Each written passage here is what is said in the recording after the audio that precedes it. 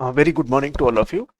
This is a course on how to implement communication system circuits in LT Spice. So I wouldn't be covering any theory. So there is a different course on the theoretical aspects. In the first class, we discussed about how to implement AM modulators and AM demodulators in LT Spice. Today we are going to see how to implement amplitude shift keying in LT Spice. So amplitude key and shift keying is nothing but if I have a digital data which needs to be transmitted over a long distance transmission line or in as an RF signal, then obviously DC signals cannot be transmitted, so they have to be converted into an AC signal or an RF signal, right? So I can have this amplitude in the amplitude shift keying. What is done is one of the bits, either 0 or 1, is made into an AC signal. It can be any frequency depending on the requirement, and the other bit, okay, is you don't send any signal. Okay, so that is amplitude. So that means this is the amplitude. So I have an amplitude and I don't have an amplitude here. Okay, so this is like on off keying. Okay, this is an RF signal. So let's see how this can be implemented in LT Spice. So the first circuit is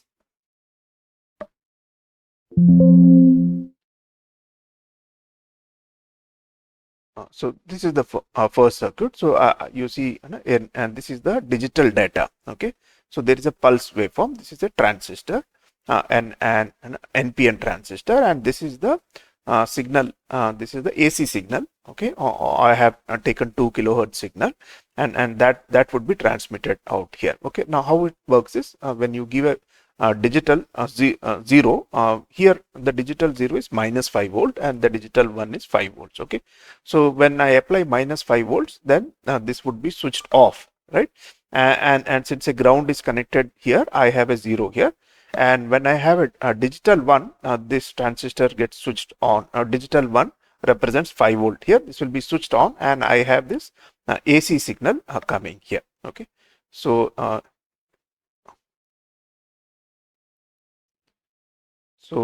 this is the digital signal, and this is the AS signal. Okay, this is the data. So if you see here,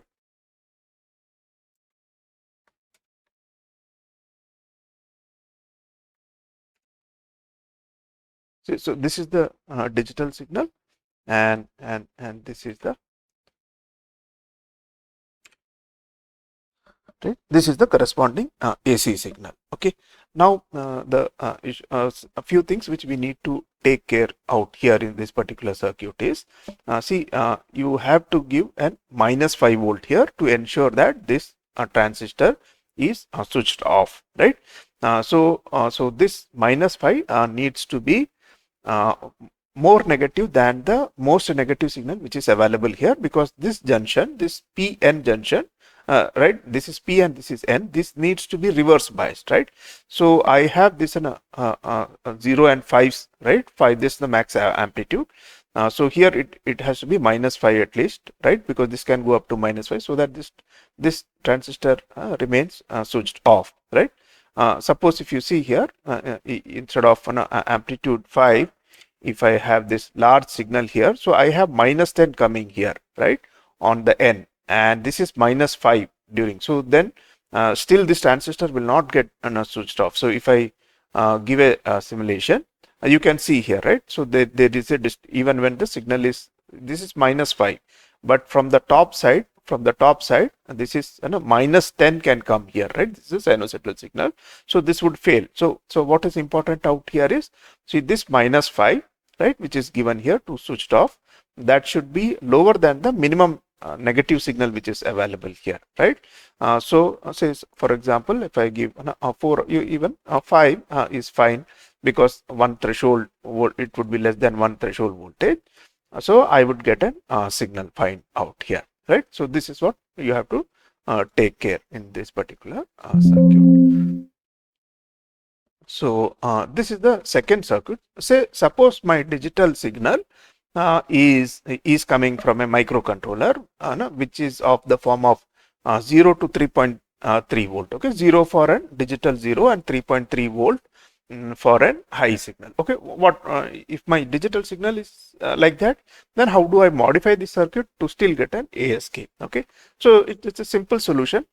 See, when it is 0 here, okay, I should not allow this signal to fall below 0. Okay, so this is my sinusoidal signal 0 to 1 volt, 2 kilohertz. So I insert another DC voltage out here of 1 volt. Okay, so that will ensure this 1 volt plus this minus 1 volt, okay, would come to 0, right? That so the minimum most voltage which will be available here, right, will be 0, because when the sinusoidal signal is going to minus 1, I have this extra plus 1 voltage here inserted in series, so it will be 0. And when my digital signal is 0, so 0 0 here, that will not switch on this transistor, and this junction would continue to remain in the off condition, right? So the reverse bias condition. So that's the requirement for this NPN to work, right? So if you see here,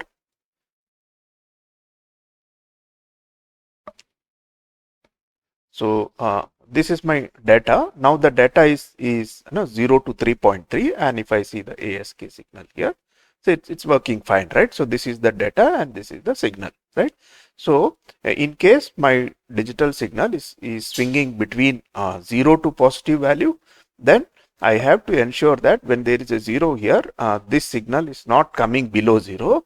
So I can't apply an AC signal here with the negative component, okay, with the minimum going into negative. So I need to insert an appropriate a DC signal here. So this can be done. Okay, so that's the second kind of ASC signal. Okay, now how to demodulate this signal? So this is my ASK signal, okay, which is coming here.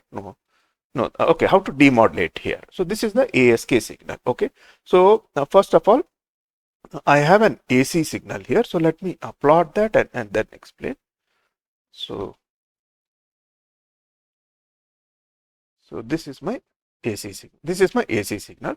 So I need to distinguish this and this. Okay, so obviously here the signal is going high. So I don't want. So first I will put a diode and rectify these signals, and I will put an RC network. So I get a DC value here. So once I have this DC values here, that can be compared with 0, right? Whether I can check whether there is a DC value, and then accordingly make a decision. So what I have done is I have put a diode out here and an RC network here. So if I plot this, so this is what I am getting, right? So let me push it here. So you see here, this is what, so the negative portion of the signal has been blocked by the diode, and this is just the positive signal, and there is an RC which has been put. So this because of the R and C, this value doesn't go to 0, right? So now I have to make a decision. I have to call this as 1, and I have to call this as this portion as 0. So see, if I put a reference voltage of 0.8 or 1, so any voltage which is above 0.8 or 1 can be called as 1, and any reference, and if the voltage is below 0.1 or 0.8, whatever reference voltage, the reference voltage should be below this negative peak. Okay, so so I have taken as 1 volt. So if I do that, then I can get back my so let me plot this demodulated waveform, and let me take this data also, right? So and let me plot this reference also. So this is the reference which I have taken, right? So this is the reference, and this. Now if you see here, when the signal is above the reference, it is taking it as a 1. Okay, so this is the demodulated waveform, which is shown in red out here, and this let me change this color so that it's visible. This is the blue one is the input signal, and the red one is the output signal. So you will see the same digital data has been reproduced or again demodulated at the receiver end, right? So this is the AM signal. So what I am transmitting is an AC signal corresponding to this blue, right? And I am not sending any signal when the data is 0 at the receiver end. First I am putting a diode and clipping and blocking these negative voltages, and then I am putting an RC network so that this minimum is above certain specific value, so that I can put a larger RC value, and I can push this further up. Okay, so that value of RC should be so decided based on the frequency, okay, of the signal, right? So if it's an whatever is your frequency of operation, so depending on that you can choose. So essentially the minimum voltage should be above certain value where you can make an informed decision. So that decision value, okay, here I have taken it as 1 volt. I can take it as 0.8 also, it's okay. So I have taken it as 1 volt, so I'm able to get the desired output. Okay, so that is how AM can be demodulated. This is an ASK implement with MOSFETs, and why I'm explaining it with MOSFET is also if somebody wants to implement this circuit on a VLSI chip, then you have NMOS and PMOS, right? So you can use a variation of this circuit there. Here what I have done is I have used an NMOS, okay, give me a proper ground. So I have given data to the NMOS. So whenever the data is 1 here, this will be pulled to 0. Okay, this will be pulled to 0. And when the data is 1 corresponds to plus 5 volt here, okay, and if the data is minus 5 which corresponds to 0, then this would be switched off, and this would be switched on. So this is a PMOS, okay, so this will be switched off. So this signal again I require a DC offset also out here, so that this signal can transmit like this and be made available to this resistance. Okay, so if I run the simulation, so this is what I get. Right. So let me plot the data also here. So let me give it as 6 volt so that you can see. Now you see when the data is 0, the PMOS is switched on and the signal is being transmitted to the output, and when the data is negative, right, then when the data is negative, which is shown in the blue line, the PMOS is switched on, and when the data is positive, the NMOS would be switched on and PMOS would be switched off, and it will be ground. Since there is a 2 volt DC which is being given here, so that the only the current flow is like this in this direction.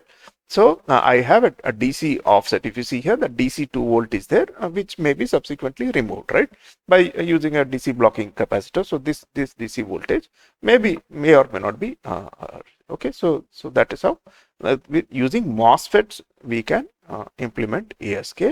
And the final circuit which we will see today is known as this. Okay, now here these kind of circuits are known as an on-off transmit. Okay, that means I am transmitting here and I am switching off the transmitter here. Okay, so this may not be good for very high frequency of operations, where because transmitters, if you are going to switch it off and again switch it on, there will be certain delay in switching on the transmissions and again allowing the transmitter to get stable. Okay, so this may not be a very good option. This is known as on-off transmit. Okay, so this may not be a very good option for high frequency operations. So we have a modified ASK, which is this. Here let me first show the waveform so that you understand what it is. So let me close the previous ones. So this is the data, and this is the ASK signal. Okay, now if you see here, the ASK signal, the transmitter is not switched off completely. Okay, the amplitude is varied. Okay, so the transmitter continuously remains on, and for a digital signal 1 and 0, two different amplitudes are. This is also amplitude shift keying only. Instead of having an amplitude 0, you can have a low amplitude, and instead of having and the one can be a high. Here it is the other way around, right? Okay, here if you see here, for 1 I am sending a small amplitude. That's because that's the way I have implemented it. You can have the other way around also. So you can just put an inverter before the digital data if you want the other way around. Okay, so if you see here, when the signal is low and high amplitude signal is sent, and when the signal is high and low amplitude, so this is also amplitude shift key. Okay, now how it has been implemented it. If you see here, the same circuit I have modified here. So initially when original signal, okay, the high frequency signal. So this signal, I have used a potentiometer out here so that only a portion of that, a lower amplitude. So I can adjust these values of R1 and R2 to adjust this amplitude of the signal, right? So if I use larger R2, then this amplitude will be larger, and if I use lower R2, then this amplitude will be still lesser. Okay, so this is like the transmitter is continuously on. So this small the smaller amplitude signal will be sent when the data is high, and when the data is low, then this transistor will be switched off, and this will be switched on, and here the entire signal will be sent out here, right, through this. So this is a modified ASK, you could say, where the transmitter is not an on-off mode. It is continuously on, only the different amplitudes corresponding to 0 and 1. So if you see here, so let me just make this as 11. So for different amplitudes, this for digital 0 and 1, different amplitude signals are being sent. Okay, so that's all for today. In the next class, probably I will discuss about how a frequency shift keying can be implemented. Thanks a lot.